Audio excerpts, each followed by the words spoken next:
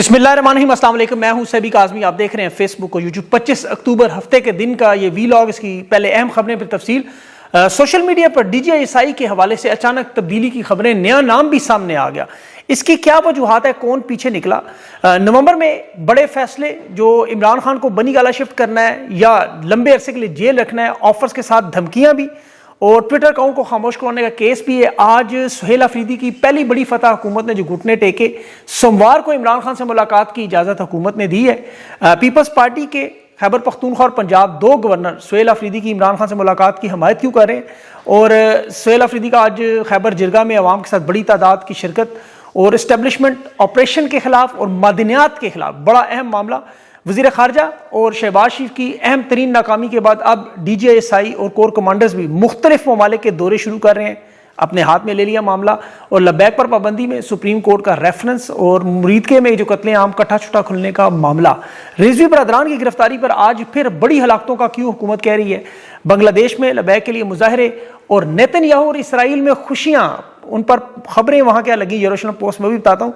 रजीम change operation के बाद corrupt नून league और पीपल्स पार्टी के तमाम रेफरेंस वापस, इसकी तफसीलात भी। और अफगान जंग के आज मुज़ाकरात भी इस्तांबुल में, उन्हें अभी तक सीज़फायर बाकी है। डोनाल्ड ट्रंप ने एक और मुल्क पर हमले की तैयारियां, बैरी बेड़ा रवाना हो चुका है, किसी वक्त भी जंग छिड़ सकती है। और आज एक अजीबोगरीब मामला, जो जर्मनी के वज़ीर ख़ारजा का जो चीन में कोई भी नहीं मिला और दौरा मुलतवी करके जाना पड़ा, वजह क्या बनी? और आखिर में मैं सोशल मीडिया एक्टिविस्ट जो राइटर बाबा कोडा, इनके बारे में ठोक देने की जो खबरें हैं उस पर भी बात करूंगा। तफसील पहले जो मैंने आपको खुलासे में बताई। लेकिन सोशल मीडिया पर कल से DJSI की अचानक तब्दीली, जनरल आसिम मलिक साहब की, ये मंजरियां पर खबरें आई बाकायदा उन अकाउंट से जो नून लीग के बड़े करीबी अकाउंट समझे जाते हैं। और ये अभी देखें, DJSI को हालिया दिनों में तोसी भी मिली है। और ये मतलब जब तक उनको इन्फॉर्मेशन उस वक्त तक रखा कि जब तक नेक्स्ट मूवमेंट ना हो, मतलब नेक्स्ट तब्दीली ना हो। लेफ्टिनेंट जनरल शाहिद इम्तियाज़ का नाम DJSI के लिए इन अकाउंट से फैलाया गया। और ये ऐसे मौके पर, ये जब DG की ऑलरेडी एक्सटेंशन हुई, ये क्यों खबरें ने फैलानी पड़ी? फिर साफ्ती ज़राए भी इनके इस्तेमाल हुए। जनरल शाहिद इम्तियाज़ जो है वो 3 स्टार जनरल है, 10 कोर के ओहदे पर काम करके, बड़ी हसास तकर्री थी इनकी। और ये वज़ीर-ए-आज़म आर्मी चीफ की मुशावरत से, आपको पता है, ये तैनातियाँ होती हैं। अभी जनरल आसिम मलिक तो अपने ओहदे पर कायम है, लेकिन ये मकसद इन इदारों के दरमियान जो रसाकशी चल रही है उसे हवा देने की कोशिश थी, जो नून लीग कर रही है। जनरल आसिम मुनीर के फील्ड मार्शल के बनने के बाद ये 3 स्टार जनरल की जो रद्दोबदल हुई थी भारत की जंग के बाद, उसमें लेफ्टिनेंट जनरल शाहिद इम्तियाज़ जो कि 10 कोर के कमांडर थे, उन्हें मिलिट्री सेक्रेटरी लगाया गया था। और ये याद रखें कि OTS से ताल्लुक़ रखते हैं, जनरल आसिम मुनीर के बड़े करीबी हैं, 2 साल तक ये कोर कमांडर रहे हैं। उनसे पहले लेफ्टिनेंट जनरल एहसन नवाज थे मिलिट्री सेक्रेटरी, उन्हें 10 कोर कमांडर लगाया, यानी ये दोनों ओहदे स्वाप किए गए। और 10 कोर बड़ी अहम कोर है, याद रखें। इनके पास 111 ब्रिगेड और इस्लामाबाद से ताल्लुक, सियासी मामले में सबसे ज़्यादा अहमियत इनकी होती है। लेकिन अगर जनरल आसिम मलिक का ओहदा ख़त्म हो तो फिर उसके बाद जो DJSI की तकर्री है वो ज़ाहिर है जनरल आसिम मुनीर के एक्सटेंशन के बाद ही होगा, अपने काबिल एतमाद लोगों की। और उसमें ज़ाहिर है आर्मी चीफ के भी उम्मीदवार 3 जो जनरल हैं, जनरल एहसन नवाज भी इसमें शामिल है 10 कोर के, और कराची के जनरल दस्तगीर भी हैं, उमर बुखारी पेशावर के हैं। उसके अलावा जो लेफ्टिनेंट जनरल नुमान ज़करिया का नाम भी है। फिर इसके अलावा याद रखें कि CGSC मतलब chairman joint chief of staff general Sahir Shamshad का ओहदा भी नवंबर में ख़त्म हो रहा है, और ये 4 स्टार जनरल का ओहदा है। अब देखना ही होगा इसमें कैसे तैनाती होगी, किसी होगी। तो ये उखाड़ पिछाड़ का माहौल बना हुआ है, एक्सटेंशन की भी बातें हो रही हैं, नून लीग भी कोशिश कर रही है। अब इस सारे मामले में इस वक्त जो पूरी वारदात है उसमें देखें, आइंदा आने वाले पस मंज़र में खासतौर पर नवंबर का जो महीना है वो इसीलिए अहम करार दिया जा रहा है कि इसमें 3 रिटायरमेंट्स हैं। एक जनरल आसिम मुनीर का वक्त पूरा, और एक जनरल साहिर शमशाद का, और एक आईनी बेंच के चीफ जस्टिस अमीनुद्दीन खान का। ये ऐसे माहौल में हो रहा है कि जहां तहरीक इंसाफ की तरफ से नवंबर की कॉल आने का, इमरान खान की रिहाई समेत जो मामलात हैं, तो ये जो 15-20 दिन है ये इसीलिए इंतहाई अहम समझे जा रहे हैं। और आज उस पर एस्टेब्लिशमेंट ने अपना पैगाम, अपने अस्करी सहाफ़ी, आपको पता है हुकूमती तर्जमान जंग अखबार में जो शाया किया कि एस्टेब्लिशमेंट के, आपको पता है, लाउड स्पीकर हैं अंसार अब्बासी साहब, इन्होंने कहा कोई मुआवजा ना हुआ, कोई डील ना हुई, अदालतों से कोई गैर मुतवक्को रिलीफ ना मिला तो इमरान खान को 2026 तक जेल में रखेंगे। और ये कह रहे हैं जी कि तहरीक इंसाफ के अंदर जो सख्त गिर अनासर हैं वो तसादम की पॉलिसी पर कायम है, इसलिए ज़ाहिर है ये मामला ख़त्म नहीं होंगे, खान की रिहाई मुमकिन नहीं होगी। और इमरान खान और बुशरा बीबी के जो मुकदमात हैं वो समात के लिए मुकर्रर नहीं किए जाएंगे, ये पैगाम दे रहे हैं आपको बिल्कुल। अब इन्हें चूँकि पैगाम व्हाट्सएप पर मिलते हैं, कर्नल साहब की तरफ से मिलते हैं, उनकी साफ्ती बदयांती और काबिलियत का अंदाज़ा इस बात से आप लगाएं कि इमरान खान पर 300 से ज़्यादा मुकदमात हैं, लेकिन इन्होंने आज नवाज शरीफ के खिलाफ जो अल अजीज़िया रेफरेंस था वो भी इमरान खान के खाते में डाल दिया। ये ना सिर्फ इनकी काबिलियत, इनकी तहकीकाती सहाफत का पोल खोलता है, वहाँ इनकी मुनाफत का भी पोल खोलता है। और ये अंसार अब्बासी साहब को शायद ये नहीं पता कि अडयाला जेल में बैठा हुआ इमरान खान इनके ये जो हुकूमती रद्द अमल है और ये जवाब इनको अपनी वाकई जूते की नोक पे नहीं रखता। वो कहते हैं इमरान खान ने जूती उतार दी थी, वो बात दुरुस्त है। खान को किसी किस्म के इंजाम की फिक्र नहीं है, बल्कि अब तो पूरी की पूरी तहरीक इंसाफ इमरान खान के साथ है। ये जो सुहेल अफरीदी की तकर्री हुई है, ये इस्टेब्लिशमेंट की भरपूर मुखालफत पर हुई है और इन्हें पता है कि इमरान खान इनके सामने कभी नहीं झुकेगा। इमरान खान ने देखे अभी जो नवंबर के महीने में ही कायमा कमेटियों के इस्तीफे और उसके बाद कौमी असम्बली से इस्तीफे या सेनेट से इस्तीफे, ये बहुत बड़ा मामला होगा। कोई मेरी इतलात है कि ये मामला जो सुहेल अफरीदी की मुलाकात तक रुका हुआ है, उसके बाद बहुत सी चीज़ें सामने आएंगी। उसमें इन्हें इसीलिए ख़तरा है, एक तो नवंबर की कॉल और फिर इमरान खान की तरफ से इस्तीफ़ों का मामला आया। उसमें सबसे बढ़कर जो भी अमन जिरगा हो रहा है उसकी भी याद रखें कि तहरीक इंसाफ और तहरीक तहफ़्फ़ुज़ आइन जो है वो पूरे मुल्क में कराची से जलसे, कोयटा से जलसे और ये मामला शुरू कर रहे हैं। आज भी जो पेशावर में आला सतह का इनका इजलास था उसमें यही फैसला था कि मुज़ाहमती तहरीक की तरफ बढ़ना है। और अब मुझे लगता है मादनियात रोकने का मामला नजर आएगा, जो इस वक्त इनकी बैकबोन है, एस्टेब्लिशमेंट को उससे तकलीफ होगी। वो मैं आपको आगे चल के बताता हूँ क्यों अहम है। लेकिन अंसार अब्बासी साहब के इस बयान से मुझे एक तो 13 अगस्त 1988 की खबर याद आई, ज़िया-उल-हक के मरने के 4 दिन पहले, जिस दिन जहन्नुम वासिल हुआ था। उसके ये 3 इंटरव्यू थे 3 इदारों के साथ। 29 मई को जुनेजो की हुकूमत इसने बरतरफ की थी 1988 में। फिर आखिरी इंटरव्यू 3 मीडिया ग्रुप्स में किया था इसने, अपने मुस्तकबिल का पूरा विजन। उसमें नवाए वक्त नेशन उसके 5-6 लोग थे, ज़िया-उल-हक और ब्रिगेडियर सदीक सालेक उसमें मौजूद थे, बुजुर्ग साफ़ी थे जिन्होंने बताया सारी बात। ये जो मंसूबा बना था कि बेनज़ीर भुट्टो जलावतनी के बाद वापस आएंगी और ये सितंबर के महीने चूँकि हमला होंगी बिलावल पेट में, तो हम उस वक्त ज़िया-उल-हक की हुकूमत के खिलाफ ये मुहिम नहीं चला सकेंगी। और ज़िया-उल-हक जो नए इंतखाबात गैर जमाती बुनियादों पर करा रहा था, जिस तरह आज मरियम नवाज़ पंजाब में आपको करवाती नजर आ रही हैं, इसने वही प्लान किया था कि नई असम्बली बनेगी, फिर नई स्टैंडिंग कमेटी को वसी इख्तियारात देंगे और मैं ज़िया-उल-हक अगले 10 साल मुल्क पर काबिज रहूँगा। 13 अगस्त को ये इसका मीडिया की आखिरी मुलाकात थी, मुस्तकबिल के मनसूबे। और 4 दिन बाद ऐसा फ़ज़ा में लीरो लीर हुआ कि जहाँ वो बावलपुर में गिरा नीचे कुछ गधे भी थे। ये मैं आपको बड़ी थंटिक बात बता रहा हूँ। वहाँ हड्डियाँ जब चुन रहे थे तो उन्हें ये नहीं पता था ये गधे के दांत हैं, ये ज़िया-उल-हक के दांत हैं। कई लोगों का दावा है कि उस कब्र में आज भी गधे की हड्डियाँ और दांत मौजूद हैं। तो अंसार अब्बासी साहब ये याद रखें, एक मनसूबा इंसान बनाता है और एक अल्लाह बनाता है। अल्लाह ने खुद कुरान में कहा है कि इंसान अपनी चालें चलता रहे, अल्लाह अपनी तदबीर करेगा और सबसे बेहतर तदबीर उसे की हो। ये लोग चूंकि उम्र के इस हिस्से में है, कब इनका बदलना नामुमकिन है, क्योंकि इंसान की जो सोच है, नजरिया है, जो आदतें हैं, वो कई दिहाइयों से पक्की हो जाए तो फिर वो तब्दील नहीं हो सकती। 40 साल के बाद वैसी मुश्किल हो जाती है, जब तक अल्लाह हिदायत ना दे, ईमान ना दे। और ये वो देखे पुराने साफ़ी हैं, इनको तो पता होना चाहिए सारी बातें। जुल्फ़िकार अली भुट्टो 1977 में क्या कहता था, मेरी ये कुर्सी ऐसे हाथ मार मार कहता था, ये चांद सितारे जब तक बाकी है मेरा इक़्तिदार है, मैं पाकिस्तान का हुक्मरान हूँ। फिर क्या हुआ उसी साल? नवाज शरीफ 98 में अमीरुल मोमिनीन बन के 2/3 अक्सर लेके अगले 30 साल का मनसूबा बनाकर बैठा हुआ था। 2/3 अक्सरियत किधर है नवाज शरीफ? आज जरा ढूंढे। तो जो अल्लाह को मंजूर है होना, वो एक कुर्सी सिर्फ आयतल कुर्सी में अल्लाह ने अपनी बनाई है और किसी की कोई कुर्सी नहीं होती। बैरूनी मदद इनके साथ अमेरिका को, इसराइल को ज़ाहिर खुश करने के लिए हर हद तक जा रहे हैं।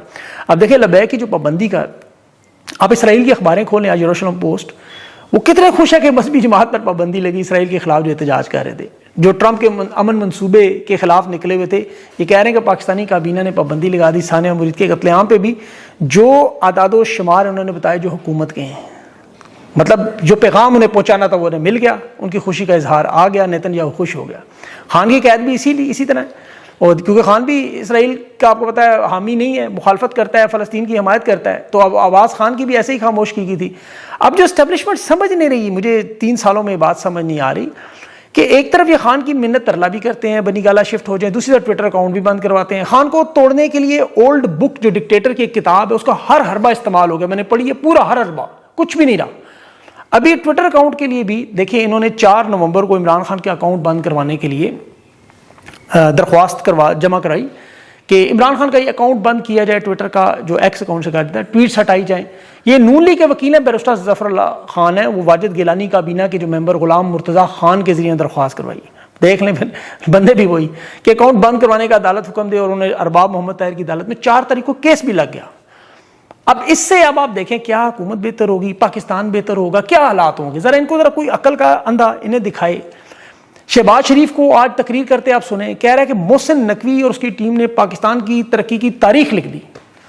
और मोहसिन नकवी मुंह पे ऐसे हाथ रख के देख रहा था कि ये मैंने कौन सी तारीख लिख दी है भाई।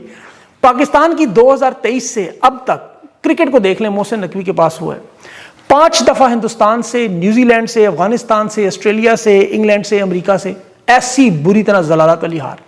मतलब आप सोच सकते हैं, बांग्लादेश, ऑस्ट्रेलिया, जनूबी Africa, New Zealand, West Indies, 15 series Pakistan हारा है, तमाम इंटरनेशनल मुकाबले हारा है। पाकिस्तान की क्रिकेट बदतरीन तारीख की परफॉर्मेंस पर है। क्रिकेट बोर्ड के कप्तान को क्रिकेट बोर्ड के अंदर इंटरनेशनल क्रिकेटर के उस पर मुलाजमत दी जा रही है, अफेयर्स पे। और चारों सूबों में, क्योंकि मोहसिन नकवी अमन ओमान का जिम्मेदार है, चारों सूबों में बदतरीन हालात, अस्करियत पसंद, दहशतगर्दी, मुल्क का अमन ओमान। 3000 से ज्यादा हमले 2025 में हो चुके हैं, 45% हलाकतों में इजाफा हुआ है। ये दुनिया के बड़े बड़े सानियों में इतने लोग नहीं मरते जितने पाकिस्तान में 2025 में हुए। इस्लामाबाद दारुल हुकूमत में 26 नवंबर को पिछले साल खून की होली खेली गई, तो मुरीद के पंजाब में इस साल खेली गई। पाकिस्तान के शहरियों पर, अवाम पर गोलियां चलाना अब मामूल का काम है। चारों सूबों में अमन अमान के हालात इस कदर बदनमा तारीख बन चुकी है कि आप देखें, इसकी वजह से ये जो आप पासपोर्ट देखते हैं ना, इस वक्त सोमालिया, अफगानिस्तान, इराक और शाम सिर्फ इन चारों से एक एक पॉइंट पीछे है। 106 के बाद रैंकिंग खत्म है, उससे नीचे नहीं जा सकते। और ये सिर्फ सफर के लिए नहीं है, ये दस्तावेजात होती है उस मुल्क के हालात के मुताबिक कि दूसरा मुल्क इस मुल्क के शहरियों को आने की इजाजत इस बुनियाद पे देता है। ये जो वीजा फ्री एंट्री आप सुनते हैं, आज पाकिस्तानी ज़ियारात के लिए जाएं इराक, शाम, तो वहां से वापस नहीं आते। अफ्रीका के ममालिक में जाएं तो वहां से वापस नहीं आते कि यहां पाकिस्तान के हालात इतने बदतर हैं। कोई मुल्क पाकिस्तान को वीजा देने के लिए तैयार नहीं। हत्ता कि चीन जैसा मुल्क, हिमालय से ऊंची दोस्ती, शहद से मीठी दोस्ती, वीजा लिस्ट में नाम ही कोई नहीं। मलेशिया, बरादर इस्लामी मुल्क, वीजा ही नहीं देता। सऊदी अरब अमारात ने डिप्लोमेटिक पासपोर्ट को वीजा इनको बुलाने, मतलब वो ऑटोमेटिकली डिनाई कर देते हैं। हर इदारे को तबाह किया गया, क्योंकि अदालतों में आप देखिए आईनी बेंच मसलन आज उसका भी 1 साल मुकम्मल हुआ है, अफरीदी का भी साल मुकम्मल हुआ है, अफरीदी का मैंडेट में सबसे बड़ा डाका मारने वाली 78 नशिस्तें बगैर आइन और कानून के माले गनीमत की तरह लूट मार बांटने वाला ये जस्टिस अमीनुद्दीन, दूसरे सूबों के जज उठा के सीनियर लगा के उनकी प्रमोशन का हक छीन के, सिर्फ इस वजह से कि इमरान खान के केसेस न लगे 10-10 महीने, इन जजेस को इसीलिए लगाएगा। और आज अदलिया की इज्जत और तौकीर का ये आलम है कि अडयाला जेल का एक 17वें ग्रेड का अफसर इनके काम को ऐसे पैरों तले रख के रगड़ता है और ये बेशर्मों की तरह देखते हैं। और राना सनाउल्लाह कह रहा है कि लार्जर बेंच में खान की जेल गुफ्तगू पाबंदी पे हमने सुहेल अफरीदी को पैगाम देना था अडयाला जेल के जरिए, उस सुपरिटेंडेंट के जरिए, कि ये तुम्हारा हुक्म नहीं मानते हम अदालतों को। मतलब ये इस लेवल पर गिर चुके हैं। पाकिस्तान के सिर्फ असासे बेच बेच कर, ठेके पर दे देकर सिर्फ इक़्तिदार का वक्त पूरा करना। अब उसमें देखिए मादनियात सबसे अहम मामला है। और जो खैबर पख्तूनख्वा ने आखिरी रखा हुआ ना कार्ड, वो इन्हें मादनियात नहीं निकालने देनी, उस तरफ नहीं जाने देना, वहाँ ज़ाहिर है फिर काम ख़राब होगा। और ये नायाब मादनियात याद रखें बहुत बड़ा मामला है, इससे ये हुकूमत तो घुटनों पे आने ही आना है। अभी आप देखें कि यूरोप, अमेरिका, चीन और भारत समेत इनके अंदर एक गैर एलानिया बहुत बड़ी जंग चल रही है। चीन ने 90% जो मादनियात हैं उनको रिफाइन कराने की मशीनरी, उस पर ज़ाहिर है चीन की सबकत है। और यूरोप और अमेरिका इस वक्त तारीख के सबसे मुश्किल दौर से गुजर रहे हैं। आप देखें कि सफारती ताल्लुकात में जर्मनी का वजीर खारजा चीन का दौरा करता है, वहाँ चीन का कोई हुकूमती बड़ा ओहदेदार एहलकार से मिलने ही नहीं आता, मिलने के लिए तैयार ही नहीं, मीटिंग के लिए वक्त नहीं दे रहे। 2 दिन के उसके दौरे में वजीर खारजा ने 1 मीटिंग रखी, बाकी 2 दिन में उसके कुछ था ही नहीं। हर कंपनी ने चीन के मतलब जो सदर है उस समेत वो कहा हम नहीं मिल सकते, वो मनसूख करके चला। वजह ये जो टेक वॉर चल रही है बहुत बड़ी, नायाब मादनियात की वजह से चीन आपको पता है एक्सपोर्ट मशीनरी समेत बरामदात और पाबंदियां लगा चुका है। अब उससे पूरे यूरोप, अमेरिका समेत पैदावारी मसाइल शुरू हुई। ये जो सेमीकंडक्टर्स हैं, ये सेमीकंडक्टर्स अगर बहुत से लोगों को नहीं पता, एक मटेरियल है जो गूगल पे जाके पढ़ें आपका दिमाग घूम जाए। ये जितनी भी नायाब धातुओं के जरिए ये बनाए जाते हैं, इसमें आपके कंप्यूटर का मदरबोर्ड, मोबाइल फ़ोन के अंदर जो चिप्स लगी हैं या जो इलेक्ट्रिक गाड़ियाँ हैं उनके अंदर सेमीकंडक्टर चिप्स हैं, आपके टीवी में, फ्रिज में, एयर कंडीशन में, बड़े बड़े रडार्स में, ड्रोन्स में, मिसाइल गाइडेड सिस्टम में, और सबसे बढ़कर जो आर्टिफिशियल इंटेलिजेंस सुपर कंप्यूटर्स हैं उन सब में सेमीकंडक्टर इस्तेमाल होता है। तो जिस मुल्क के पास ये बनाने की सलाहियत हो वो टेक्नोलॉजी, दिफा, मईशत तीनों में ऊपर आ जाता है। तो पाकिस्तान इस वक्त दुनिया में आपको इसलिए चीन नजर आ रहा है, और पाकिस्तान में मादनियात का यही सबसे बड़ा मामला इनके लिए है। इसे रोक लिया तो बस खत्म। बाबा कोडा बात करनी है मैंने, 3 साल से जो खौफ और फस्तैयत का एक दौर है। मीडिया में आपको पता है, अखबारात, मीडिया, मेन स्ट्रीम तो बंद हो चुका है पाकिस्तान में, अदालतें, इनके दरवाजे भी बंद हैं। सिर्फ एक जगह ऐसी रहती है जहां आपकी आवाज़ गूंजती है और बड़ी ताकत से, वो है सोशल मीडिया। अब इन आवाज़ों में आप देखें जो सहाफ़ी और बड़े मारूफ इन्फ्लुएंसर वो तो अपनी जगह, लेकिन जो गुमनाम लोग शनाख्त छुपा कर बगैर तस्वीर के फर्जी नाम से मुज़ाहमत करते हैं, अपनी भड़ास निकालते हैं, कानूनी पार्लिमानी तरीक़ों से इज़हार राय की जब इजाज़त नहीं मिलती तो फिर ये गुमनाम अपने तरीके से आवाज़ आती है। अब इसमें अकाउंट्स और तहरीरें लिखते हैं लोग, फिक्री पुख्तगी इनकी देखें, इनका तंजिया अंदाज देखें, सख्त सच्चाई देखें, हुकूमती पॉलिसियों पर, फौजी मुदाखलत पर, मईशत की तबाहली पर। ये ऐसा ऐसा जुमला लिखते हैं जो किसी अखबार चैनल में नहीं छप सकता। अब बाबा कोटा एक बहुत बड़ा नाम, अब उसकी शनाख्त किसी को नहीं पता, लेकिन उसकी तहरीर लाखों लोग पढ़ते हैं। उसकी बातों में बड़ी तलखी है। अल्फाज का चुनाव बिल्कुल ज़ाहिर दुरुस्त नहीं होता, बाज़ औक़ात गैर पार्लिमानी गुफ्तगू होती है 18 साल से बड़ी उम्र के लोगों के लिए, लेकिन उसमें जो सच्चाई है वो मईशत से लेके खारजा पॉलिसी तक फैक्ट्स एंड फिगर्स के साथ, ये पाकिस्तान के जमांदरू सहाफ़ी ये उसके नज़दीक भी नहीं फटक सकते। तो रियासत ने बाबा कोटा जैसे लोगों के खिलाफ मुहिम चलाई है, साइबर क्राइम, FIA, मुख्तलिफ इदारे जो इनकी आवाज़ को, ट्वीट्स को दिन रात बंद, जैसे मेरा भी चैनल बंद किया, हालांकि आपको पता है मैं बड़ी पार्लिमानी गुफ्तगू करता हूँ। अब इनके करीबी लोगों ने दावा किया जी बाबा कोटा को ठिकाने लगा दिया, ठोक दिया है। अब ज़ाहिर उसकी तस्दीक मुमकिन नहीं है, लेकिन जिस तरह मावराए अदालत पाकिस्तान में कत्ल होते हैं, लापता अफराद होते हैं, जिस तरह सहाफ़ियों पर जुल्म जबर, उसमें ऐन मुमकिन वारदात कर भी गए हों। बाबा कोटा का अकाउंट तो वैसे सस्पेंड है इस वक्त, वो दर्जनों, लेकिन उसके नाम के अकाउंट बने हुए, जाली होंगे, कुछ हस्ती होंगे। असल मामला देखें, ये इस खामोशी को तोड़ना, रियासत को ये समझ नहीं आ रही कि लोगों के नज़रियात और तहरीक जो है वो मरने से ख़त्म नहीं होती। ये वो बीज हैं जो मट्टी में जब आप दफन करें तो वक्त आने पर एक बड़ा तनावर दरख्त बनते हैं और चीख चीख पकड़ लोगों को बताते हैं। ये अल्फाज नहीं है, ये इज्तिमाई सोच है, बेबसी है, मुज़ाहिमत है। और ये एनकेडू रिबॉन एक बड़ा अकाउंट है इसी तरह का, इस तरह के बेतहाशा अकाउंट्स हैं जो कि आवाज़ें हैं, इन्हें इसीलिए पाकिस्तानी पसंद करते हैं। बेशक वो गुमनाम है बेचारे, ज़ाहिर मजबूर नहीं सामने आ सकते, हर जुल्म फस्तायत में जो बर्दाश्त हम कर चुके हैं वो नहीं कर सकते, और ठीक करते हैं, बिल्कुल सही करते हैं, उनका अपना नुक्ता नज़र बिल्कुल दुरुस्त है। अल्लाह ताला सब लोगों को महफूज रखें इनके जुल्म और शर से, और पाकिस्तान पर अपना रहम करे। अपना ख्याल रखें, मुझे इजाज़त दें, अल्लाह हाफ़िज़।